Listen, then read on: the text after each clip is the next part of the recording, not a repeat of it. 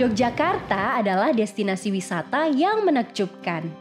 Dengan sejarah dan budaya yang kaya, kita semua pasti terkesan dengan keunikan dan keindahan budaya Jawa yang penuh makna. Mulai dari arsitektur keraton Yogyakarta yang bersejarah, keunikan pasar tradisionalnya yang menyajikan beragam kuliner tradisional yang nikmat dan murah, serta keramah tamahan budaya Jawa yang tak terlupakan. Semua itu akan kalian jumpai ketika berkunjung ke kota ini. Nah, dalam perjalanan kali ini, saya akan membawamu berpetualang menyusuri Yogyakarta yang bakalan bikin kamu susah move on. Halo kawan jalan, ketemu lagi di Yogyakarta.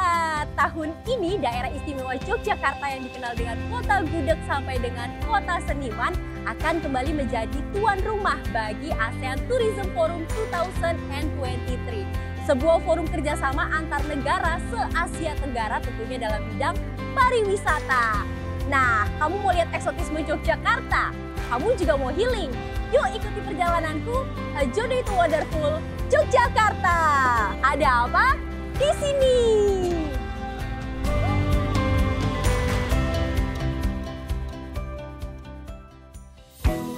Pertama, Tumpeng Menoreh. Jika kamu penikmat panorama alam sejati, Tumpeng Menoreh ini adalah pilihan yang tepat untuk dikunjungi. Sebuah restoran yang terletak di Bukit Menoreh ini dapat ditempuh sekitar 35 km dari kota Yogyakarta. Seperti namanya, restoran ini memiliki bangunan heksagonal dan berbentuk seperti tumpeng. Dibangun persis di kawasan perbukitan Menoreh dengan pemandangan beberapa gunung megah di Pulau Jawa, yaitu Gunung Merbabu, Merapi, Sindoro, dan Gunung Sumbing. Momen terbaik menikmati panorama pemandangan gunung ini adalah matahari terbit. Epic banget! Buat kamu yang ingin bersantap ria sambil menikmati indahnya alam, Tumpeng Menoreh ini cocok banget. Serunya lagi, restoran ini buka 24 jam non-stop loh.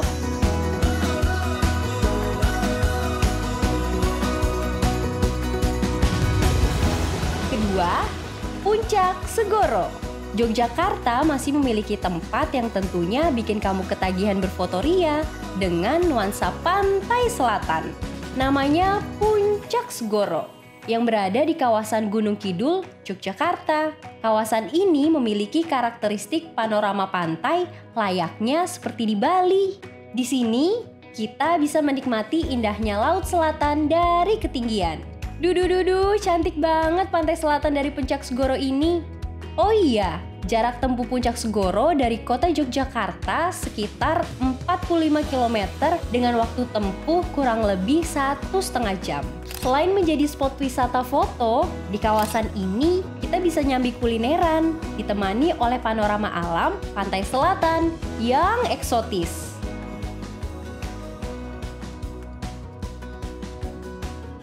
Ketiga, Goa Rancang Kencono. Masih di seputaran Gunung Kidul Yogyakarta, kali ini saya akan membawamu masuk ke dalam goa yang unik. Namanya Goa Rancang Kencono. Goa ini memiliki keunikan yang berbeda dengan goa-goa lainnya yang berada di Indonesia. Pada bagian mulut goa, tumbuh sebatang pohon klumpit raksasa yang menjulang tinggi. Ketika memasuki aula goa yang cukup luas, suasana misterius pun hadir menyelimuti kalbu. Semakin masuk ke dalam, aura mistisnya semakin kental. Menurut penelitian, goa ini pernah dihuni peradaban kuno loh. Diperkirakan pernah dihuni manusia sejak 3000 tahun yang lalu. Eits, kalau sudah sampai Goa Rancang Kencono, sekalian mampir ya ke air terjun Sri Getuk. Cukup menaiki getek yang sudah disediakan warga sekitar. Air terjun ini layaknya Verdon Gorge yang ada di Prancis loh. Pokoknya nggak kalah keren deh.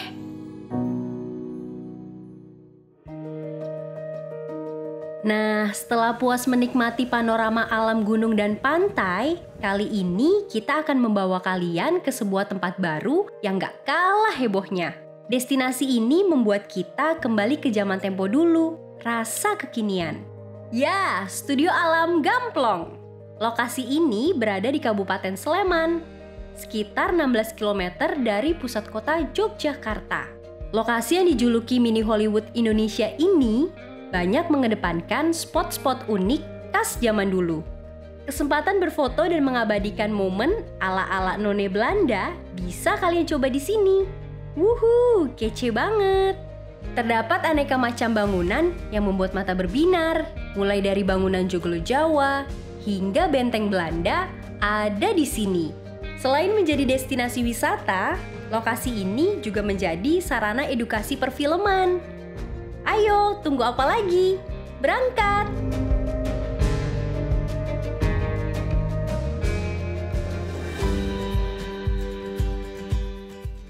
Nah, puas berjalan-jalan, di salah satu sudut kota Jogja, hadir ruang pamer seni budaya kontemporer. Namanya Jogja National Museum. Jiwa seni kalian pasti on fire ketika kalian mengunjungi tempat ini. Cocok banget buat kalian yang ingin menikmati karya seni. Setiap sudut museum ini instagramable banget loh. Oh iya, di JNM Blok ini, kalian bisa menemukan beragam tenan makanan, minuman, dan produk lokal lainnya. Puas jalan-jalan, ada satu yang wajib dicoba kalau di Jogja.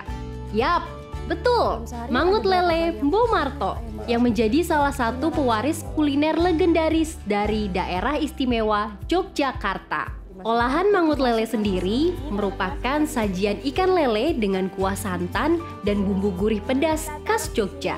Menikmati sajian ala Simbo dijamin punya sensasi nikmatnya tersendiri. Selain merasakan nikmatnya bumbu dan cara pemasakan lelenya, kalian juga bisa ambil makanan langsung dari dapur Simbo. Keunikannya lagi, sajian mangut lele di sini karena kuah santannya yang oranye dengan cita rasa gurih sekaligus pedas bikin berkeringat. Apalagi ikan lelenya diasapi hingga timbul aroma smoky khas sebelum diolah dengan bumbu kuah santannya. Nah, buat kalian yang ingin bawa oleh-oleh buat keluarga, bisa dong. Di sini juga tersedia mangut lele frozennya loh. Ya, tinggal manasin aja, udah rasanya persis di sini. Puas berkeliling dan mengisi perut, kali ini kita akan mengajak kamu untuk mengenal lebih dekat kerajinan Ekoprint. Apa sih kerajinan Ekoprint itu? Yuk kita main ke kawasan Ngampilan Kota Yogyakarta yang merupakan sentra kerajinan Ekoprint dengan lebih dari 20 pengrajin yang ada di dalamnya. Kerajinan Ekoprint ini salah satu jenis kerajinan yang metode pembuatannya memanfaatkan pewarna alami dari zat tanin atau zat warna daun, akar, dan batang yang diletakkan pada sehelai kain. Kemudian kain tersebut direbus. Pemanfaatan bahan alami ini juga untuk menjaga lingkungan dan tidak menggunakan bahan kimia. Proses pembuatannya pun sangat mudah. Media yang digunakan pun bisa bermacam-macam. Tidak terbatas hanya kain, bisa juga pada tas, mug, baju, dompet, dan lainnya. Motif yang dihasilkan pun sangat unik, jadi nggak ada yang sama loh. Wah, Ibu, tadi aku udah cobain cara pembuatannya sampai ngeliat hasil-hasilnya itu keren-keren banget, seru, menarik. Nah, aku penasaran nih, Bu, sejak kapan Ibu memulai kerajinan Ekoprint ini? Saya memulai membuat kerajinan Ekoprint ini di awal 2018. Iya. Apa sih, Bu, yang membuat Ibu tertarik untuk membuat kerajinan ini, Bu? Ya, saya tertarik membuat kerajinan ini karena unik. Warnanya alami, bahannya mudah didapat. Dengan ketelatenan sedikit saja, kita bisa menikmati hasilnya. Nah, selama 2018 sampai dengan saat ini, mungkin apa saja yang sudah dilakukan sama Ibu nih selama mengenalkan kerajinan Ekoprint ini kepada masyarakat?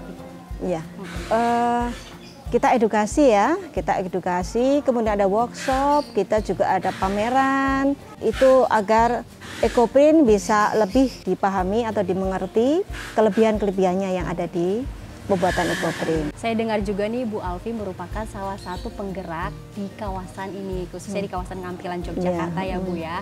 Kemudian sehingga menjadi sentra kerajinan dari Ekoprint ini sendiri.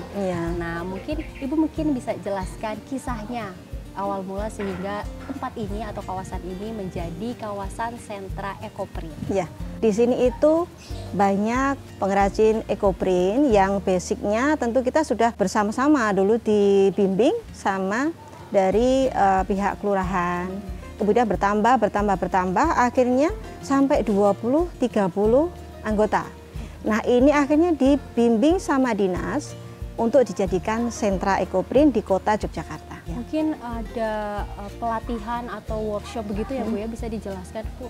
Iya, pelatihan kita ada, itu baik untuk umum maupun untuk kalangan kita sentra sendiri. Kemudian ada juga kalau untuk Ramadan kita ada istilahnya berbagi, jadi workshop free, jadi workshop ada yang berbayar dan ada yang free. Untuk jumlah pengerja atau pengrajin di sentra ini sendiri ada berapa banyak sih Bu jumlahnya Bu? Untuk pekerja di sentra ekoprint ini setiap brand itu rata-rata sekitar 2-3. Nah 3 orang kalau untuk membantu setiap brandnya. Tapi kita karena punya komunitas yang 30 brand, 30 pengrajin, kita juga bisa saling bahu-bahu kalau kita misalnya mendapat order yang lumayan banyak gitu. Harapan dari Ibu sendiri bagi mereka dan juga tadi juga saya udah nyobain ke depannya Bu dalam pembuatan ekoprint ini. Harapan saya untuk pembuatan ekoprint ini bermanfaat untuk banyak orang karena ini produk natural, bisa dibuat dengan siapapun.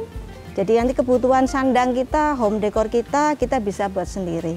Jadi lebih unik ya, lebih ada istilahnya kita bisa menggunakan karya kita sendiri, tidak konsumtif istilahnya seperti itu. Ya. Dan bisa menghasilkan uang begitu ya Bu? Iya jelas, iya.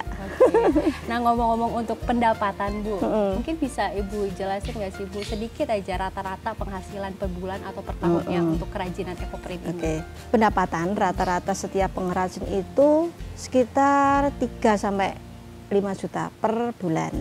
Tapi itu kan juga tergantung dengan pemasaran mereka. Jadi kalau mereka bisa pemasarannya bagus, kemudian ordernya lumayan, itu ya bisa lah 1 bulan itu 10 jutaan gitu ya. Lumayan. Lumayan ya. Berarti ya Bu ya. Ada nggak sih Bu tantangan dari pembuatan selama 2018 sampai dengan saat ini, tantangan atau hambatan dalam melakukan pengrajinan ekoprint ini sendiri? Iya. Kalau hambatan, sebenarnya kalau cuaca bukan hambatan ya, itu anugerah, tapi itu juga mempengaruhi ke proses produksi. Karena kita waktu proses treatment kain itu juga butuh panas, seperti itu. Kemudian hambatan juga ke masalah pemasaran. Nah, pemasaran kita karena masih pengrajin yang kelasnya masih ini ya, pemula, banyak yang pemula, jadi itu butuh dibantu untuk pemasarannya. Dari Bu Afi sendiri mungkin harapan ke depannya begitu untuk para pengerja ekoprint sendiri khususnya pada Kemenparekraf. Seperti apa mungkin Ibu bisa jelaskan? Oh ya. Harapan saya untuk ke depannya untuk semua pengrajin ekoprint itu lebih maju, kemudian lebih inovatif ya untuk produk-produknya. Dan harapan saya ini tidak untuk kalangan kita sendiri, tapi bisa go internasional dengan kekayaan yang kita miliki. Karena secara alam kita tuh lebih, karena kita negara tropis ya, itu bahan dasar alamnya tuh lebih. Jadi kalau punya ciri khas, jadi kalau untuk peluang ke luar diekspor saya yakin bisa. Dan saya berharap untuk Kementerian Pariwisata ini, untuk industri kreatif ini, saya berharap minta bimbingan untuk pemasarannya, kemudian bimbingan untuk inovasi produk. Nah, kemudian juga untuk pemasarannya, pernah ya untuk Dinas Pariwisata itu memberi peluang kepada hotel-hotel, karena dia pusat pariwisata ya, untuk penginapan, itu untuk menggelar karya dari UKM. Nah, itu belum maksimal, saya rasa begitu. Saya mohon ada kementerian untuk lebih bisa meng-up-nya lagi istilahnya gitu ya. Baik, terima kasih banyak Ibu atas waktunya. Sama-sama Kak Lucy. Gak lengkap kalau ke Jogja nggak menapaki salah satu arsitektur kuno yang ikonik di Yogyakarta, yakni Candi Prambanan. Berjarak sangat dekat dengan pusat kota Yogyakarta, sekitar 30 menit berkendara atau 16 km saja dari Malioboro. Candi ini tampilannya semakin tertata rapi dan menyenangkan. Selain banyak wahana tambahan, lokasi ini sangat fotogenik. Ada beberapa spot dengan pemandangan Candi Prambanan yang berbeda dan eksotik. Oh iya, kamu tahu nggak? Kalau Indonesia saat ini menjadi ketua ASEAN Tourism Forum atau ATF 2023 yang bertemakan ASEAN A Journey to Wonderful Destination. ATF 2023 memiliki makna yang cukup besar karena akan menjadi event pembukaan pertemuan antar menteri pariwisata se-ASEAN. Selain itu, forum ini akan membicarakan langkah antisipasi dalam menghadapi isu-isu global. Juga akan ada travel exchange atau TRAVEX yang dihadiri ribuan seller maupun buyer terkait pariwisata. Opening ceremony dari ATF 2023 ini akan diadakan di area Open Theater Candi Prambanan yang megah. Nah, tiba nih di penghujung destinasi, Abayagiri. Puas menjelajahi sudut-sudut destinasi wisata Yogyakarta, tak ada salahnya memanjakan mata dan perut di restoran Abayagiri. Disinilah tempat di mana santapan senja dengan suasana romantis Jogja berasa banget. Di tempat ini kita dimanjakan dengan kuliner khas Jawa dan Eropa, dengan pemandangan senja, Gunung Merapi, dan juga Candi Prambanan. Sesuai namanya, Abaya artinya tak ada bahaya, sedangkan Giri artinya bukit atau gunung. Lokasi yang tepat untuk mencari suasana ketenangan dan menyatu dengan alam. Anak senja wajib datang ke sini.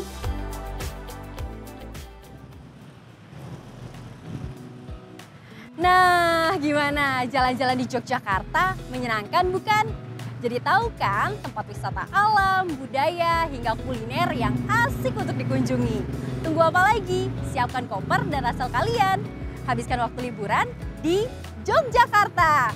Salam jalan, kawan jalan.